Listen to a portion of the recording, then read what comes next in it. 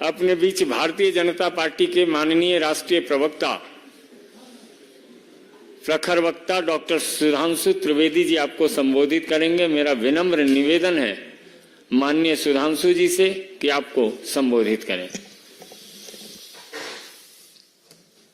मित्रों, लोकसभा चुनाव की प्रक्रिया जो आगे बढ़ती जा रही है, त्यों अपनी हार को निश्चय देखते हुए इंडी गठबंधन के नेताओं की निराशा, हताशा और कुंठा इस तथाकथित मोहब्बत की दुकान के अंदर से एक जहरीली जुबान के रूप में सामने आती जा रही है। पहले भी प्रधानमंत्री श्री नरेंद्र मोदी जी के प्रति एहसास कमतरी यानी इंफीरियरिटी कॉम्प्लेक्स, ईर्ष्या और ग्लानि के कारण अनेक प्रकार के आपत्तिजनक, अभद्र, निंदनीय बयान दिए गए। परंतु अब ऐसा प्रतीत होता है कि इस तथाकथित मोहब्बत की दुकान में सिर्फ जहरीले सामान ही नहीं है, ये किसी सियासी फरमान का हिस्सा है। मतलब there is a possibility of a political dictate which is being given from the top to carry on giving these type of dastardly statements not only against Prime Minister Shri Narendra Modi ji but going to the extent of creating a divisive mindset among the people of the country।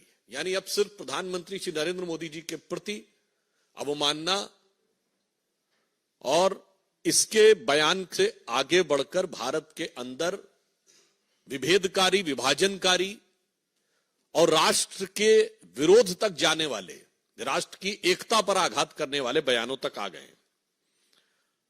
और कई बार ये लोग किस प्रकार का ज्ञान देते हैं, यही समझ से परे है। देखिए देश को कैसे भ्रमित करने का प्रयास करते हैं। अभी केरल के मुख्यमंत्री श्री पिनारी विजयन ने सीए के ऊपर बोलते बोलते एक बहुत विचित्र बयान दिया। यह बयान जितना विचित्र है उतना ही स्पष्ट इसकी मानसिकता है। उन्होंने कहा कि भारत माता की जय और जय हिंद के नारे पहले 2 मुसलमानों ने लगाए थे, इसलिए क्या इस नारे को त्याग देंगे?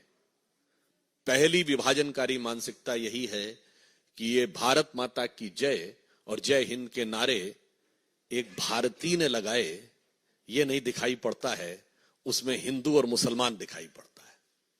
दूसरी बात, उन्हें यह भी नहीं पता है कि जिसका उल्लेख वो कर रहे थे वो दीवान अजीमुल्ला खां, नाना साहब पेशवा बाजीराव द्वितीय के दीवान थे, उस पेशवाई साम्राज्य के जिसे भारत के इतिहास में हिंदू पद पातशाही कहा जाता है। तो देखिए आधा अधूरा ज्ञान, टकराव करने के लिए सब कुछ। तो मैं इंडी गठबंधन और कम्युनिस्ट पार्टी और श्री पिनारी विजयन के ज्ञान में और अभिवृद्धि करते हुए बता देना चाहता हूं कि वंदे मातरम जो आनंद मठ में लिखा गया, उसका सबसे पहले राजनीतिक मंच के ऊपर जो गायन हुआ वो 1895 में कांग्रेस के कलकत्ता सेशन में हुआ और जिसकी अध्यक्षता रहमतुल्लाह अहमद सयानी ने की थी। यही तो मैं कहना चाहता हूं, ये सब भारत की एकता के प्रतीक थे, मगर सियासत के मकड़ जाल में इन लोगों ने इन चीजों को इस रूप में प्रस्तुत कर दिया कि भारत की एकता के प्रतीक उद्घोषों को सांप्रदायिकता का प्रतीक बनाने का प्रयास किया। और जो चाल 100 साल पहले थी वो आज 100 साल बाद भी वही फितरत है। कृपया भारत की एकता और भारत के गौरव के उद्घोषों के ऊपर विभाजनकारी राजनीति से परहेज करना चाहिए। और पुनः मैं कह रहा हूं, इंडी गठबंधन इस बात का जवाब दे पूरी बात की ये आई कहां से। और मैं पुनः कहना चाहता हूं, उससे भी आगे बढ़कर जिस भारत माता की जय और वंदे मातरम की बात कहते हैं, पहले तो पता नहीं उनको, शायद वो लेफ्टिस्ट ही ज्ञान है। अरे भाई, ऋग्वेद के पृथ्वी सूक्त में लिखा हुआ माता भूमि पुत्रो हम पृथिव्या, ये धरती हमारी माता है, ये देश हमारी माता है और हम इसके पुत्र हैं। गीता भी माता है, गंगा भी माता है, गौ भी माता है, भारत भी माता है, धरती भी माता है, मगर कम्युनिस्टों को उसमें कुछ और नजर आता है। तो इसलिए अब यह सवाल स्वाभाविक रूप से बन जाता है कि इंडी गठबंधन के नेतृत्व के लोग इस बात का जवाब दें। अब आप आइए दूसरे राज्य पे। तमिलनाडु के मुख्यमंत्री एमके स्टालिन साहब ये कहते हैं कि तमिलनाडु के लोगों को उनके लिए वोट करना चाहिए और प्रधानमंत्री श्री नरेंद्र मोदी जी के प्रति उनके मन में, अब तो मैं ये भी कहूंगा, सिर्फ अवमानना नहीं है, असुरक्षा का भाव आ गया है। I want to make it very clear that now the statement of Sri M.K. Stalin, who is trying to portray that Sri Narendra Modi ji is not working to the interest of Tamil Nadu people, is derived not only from the motive of having disrespect towards Prime Minister, but rather than it signifies a sense of insecurity in him. Because at present, Prime Minister Shri Narendra Modi is the most popular leader even in Tamil Nadu. और मैं fact के रूप में बता देना चाहता हूं, भारत के इतिहास में पहली बार ऐसा हुआ है। मैं पूछना चाहता हूं, प्रधानमंत्री जी ने अभी काशी में एक माह पूर्व तमिल में जो बोला था उसे एआई के जरिए सीधे तमिल में ट्रांसलेट किया गया। मैं विनम्रता और चुनौती से डीएमके से पूछना चाहता हूं कि आज तक कभी किसी भारत के प्रधानमंत्री की स्पीच रियल टाइम में जो हिंदी भाषी क्षेत्र में दी गई हो, तमिलनाडु में नहीं, हिंदी भाषी क्षेत्र में दी गई स्पीच तमिल में ट्रांसलेट की गई है? अगर की गई हो तो बता दें। यह प्रधानमंत्री जी की राष्ट्रीय एकात्मता के प्रतिभाव का प्रतीक है। क्या काशी तमिल संगम और सौराष्ट्र तमिल संगम कभी हुआ? आज भारत के की राजधानी दिल्ली में गौरव का प्रतीक जिसमें G20 हुआ, उस भारत मंडपम के बाहर नटराज की जो मूर्ति लगी है, यह तो तंजावुर की से निकली हुई नटराज की वह मूर्ति है जिसे तमिल संस्कृति में सबसे गौरव का प्रतीक माना जाता है। इसलिए मैं कहना चाह रहा हूं कि आज आप भी चाहें तो नमो ऐप पे जाके चेक भी कर सकते हैं, सभी भारतीय भाषाओं में रियल टाइम ट्रांसलेशन उनकी स्पीच का अवेलेबल है। भारतीय भाषाओं के प्रति जो सम्मान और उनके विकास के लिए जो कार्य प्रधानमंत्री मोदी जी ने किया है, शायद ये इन नेताओं के मन में असुरक्षा का भाव उत्पन्न करता जा रहा है। और हम ये भी पूछना चाहते हैं, आज तो आप उस कांग्रेस के साथ हैं जिसने एक नहीं अनेक बार तमिलनाडु में सरकार बर्खास्त की। श्री एमके स्टालिन कृपया बताएं कि 1998 में अटल जी की सरकार आने से पहले डीएमके की कौन सी सरकार अपना कार्यकाल पूरा कर पाई थी? कांग्रेस ने तमिलनाडु में कभी विपक्ष की सरकारों को कार्यकाल नहीं पूरा करने दिया।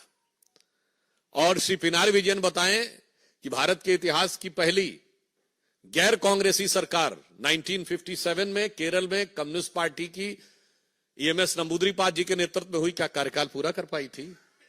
इसलिए जिनका अतीत इतना खतरनाक है वो आज के यथार्थ से डर रहे हैं। Those who are having this type of dark past, now they are fearful of the present day ground realities, which is having a very huge support from the grassroots level in favor of Shri Narendra Modi. तीसरा, कर्नाटक से। अब बताइए, कर्नाटक के कांग्रेस सरकार के संस्कृति मंत्री श्री शिवराज तंगडाडी ने बयान दिया है कि जो छात्र मोदी मोदी के नारे लगाएं उनके ऊपर थप्पड़ मारने चाहिए। मैं पूरे देश के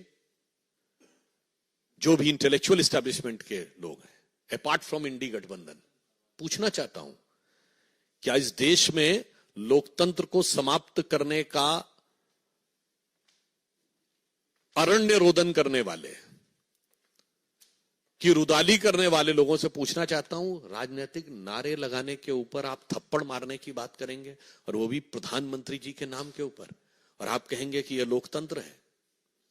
और फिर वहां तो कांग्रेस की सरकार है। मैं पूछना चाहता हूं कांग्रेस पार्टी से, सोनिया जी से, राहुल जी से और कांग्रेस के अध्यक्ष खड़गे जी जो वहीं से हैं, ये वही कांग्रेस पार्टी है जो गांधी जी के विचारों का अपने को प्रतीक बोलती थी। जो कहा जाता था एक थप्पड़ मारे दूसरा थप्पड़ आगे कर दो, गाल आगे कर दो, अगर एक गाल पे थप्पड़ पड़े तो दूसरा गाल आगे कर दो। इन विचारों वाले आज कहते हैं कि नारा लगे तो थप्पड़ मारना शुरू कर दो। ये अवश्यंभावी हार की हताशा में हिंसा तक उतर आने की एक खतरनाक प्रवृत्ति का प्रतीक है। ये कांग्रेस उन्हीं गांधी जी की प्रतीक है जिन्होंने तो नोआखली में जाके इसलिए अनशन किया था कि अगर हिंदू समाज के लोग मारे भी जा रहे हैं, हिंसा भी कर रहे हैं, हत्याएं भी हो रही हैं, तो भी प्रतिक्रिया मत करो, शांति से बैठे रहो और आज ऐसे थप्पड़ मारना शुरू कर दो। इसलिए यह दर्शाता है कि ये राहुल गांधी की कांग्रेस का गांधी की कांग्रेस से कोई मतलब नहीं है। केरल का बयान इंडी गठबंधन के सीएम, तमिलनाडु का बयान इंडी गठबंधन के सीएम और कर्नाटक जहां प्रत्यक्ष कांग्रेस की सरकार है, कम से कम कांग्रेस को आज स्पष्ट रूप से यह बताना चाहिए कि इस प्रकार के विभाजनकारी, इस प्रकार के विभेदकारी और इस प्रकार के हिंसात्मक, this type of divisive and violence provoking statements are having any relevance in the democracy और नॉट। और मैं इसलिए यह कहना चाहता हूं कि इस चुनाव में जहां एक तरफ भारतीय जनता पार्टी और एनडीए प्रधानमंत्री श्री नरेंद्र मोदी जी के जांचे परखे और खरे नेतृत्व में प्रखरता के साथ जन जन का समर्थन लेते हुए 400 पार के लक्ष्य की तरफ आगे बढ़ रहा है, वहीं अंतर विरोधों से,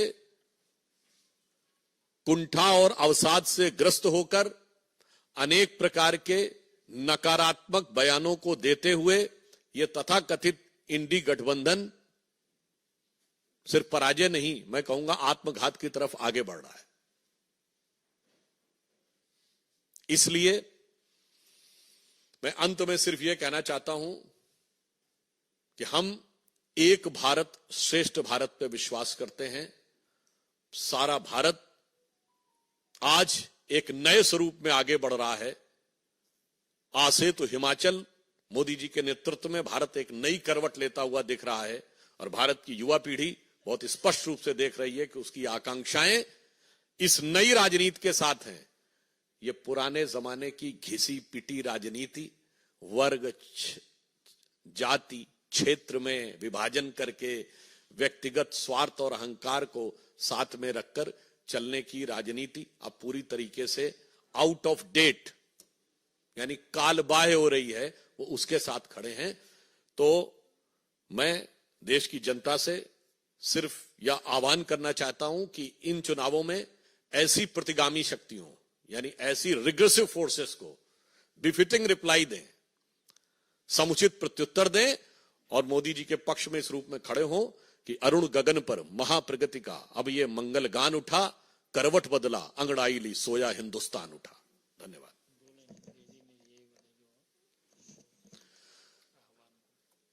Lastly, I would like to urge and request to youth of this country that the time has come to come along with Prime Minister Shri Narendra Modi ji for ushering India into a new era which will make it economic superpower, the most prominent country in the world, which is its legitimate and designated place since most of the time in the history. The time has come. Rather than these type of outdated, regressive politics of the past generation, which was based upon division on the base of linguistic, division on the base of region, division on the base of caste, and trying to portray these things, and the real thing is to control all the wealth and power in favor of their family. This is to be discarded, and in new era, a new politics under Shri Narendra Modi ji is to be supported. So, in this context, I would like to add one thing, that whatever darkness they want to put forth in front of India, but the youth is witnessing a great future ahead. With the Robert Frost poem, woods are lonely, dark and deep, but I have promises to keep and miles to go before I sleep, and miles to go before I sleep. So we are marching ahead, miles under the leadership of Prime Minister Shri Narendra Modi, to make India a new, powerful, developed and Jagat Guru. मित्रों, एक एक करके प्रश्न। Devendra Parashar, India TV.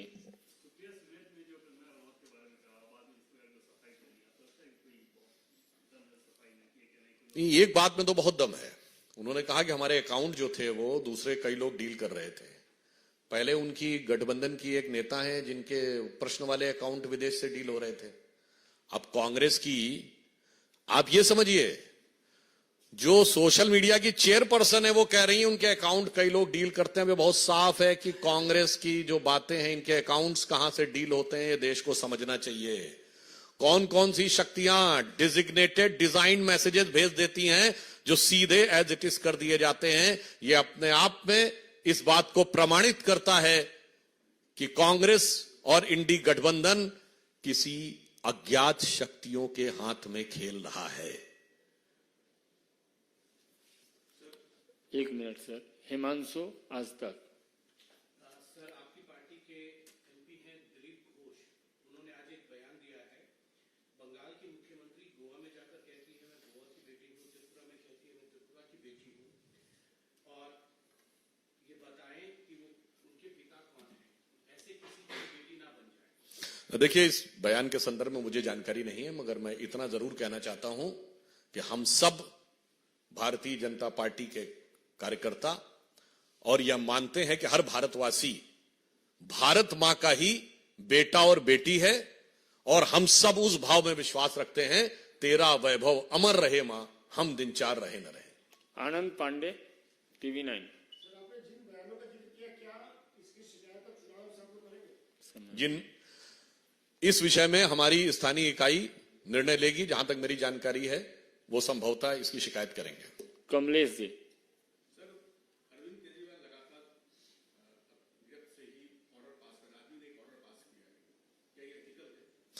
देखिए, ये नई राजनीति का नया किरदार है कि कट्टर ईमानदार कारागार से आदेश पारित कर रहे हैं।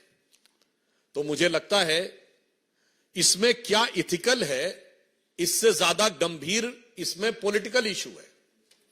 ये देश की जनता के सामने एक बात बहुत साफ करता है कि जो लोग आके दावा करते हैं ना कि हम आएंगे और नई राजनीति लाएंगे, नया सवेरा लाएंगे, उनकी असलियत क्या होती है वो दिख गया।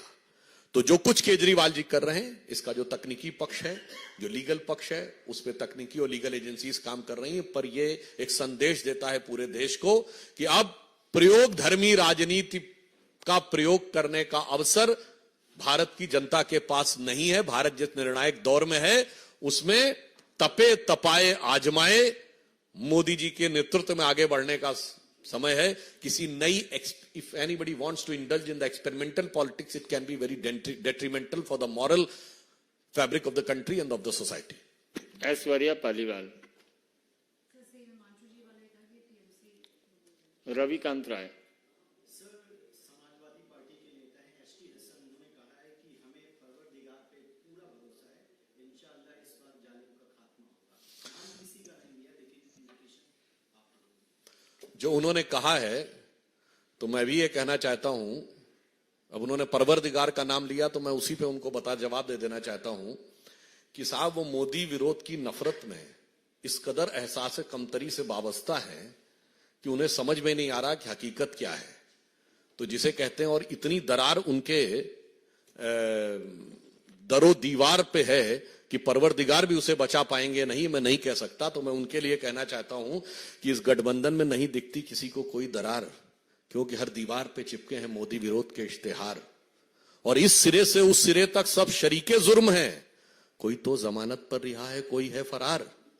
इसलिए अब उनके लोग ही उनसे आजिज होकर, और देश की जनता कह रही है कि उनके लोग यानी मैं केटी हसन और समाजवादी पार्टी के लोगों के लिए कहना चाहता हूं कि ये रश्क जन्नत अब मुझे रास आती नहीं, मैं तो जहन्नुम में ही खुश था, ऐ मेरे परवरदिगार।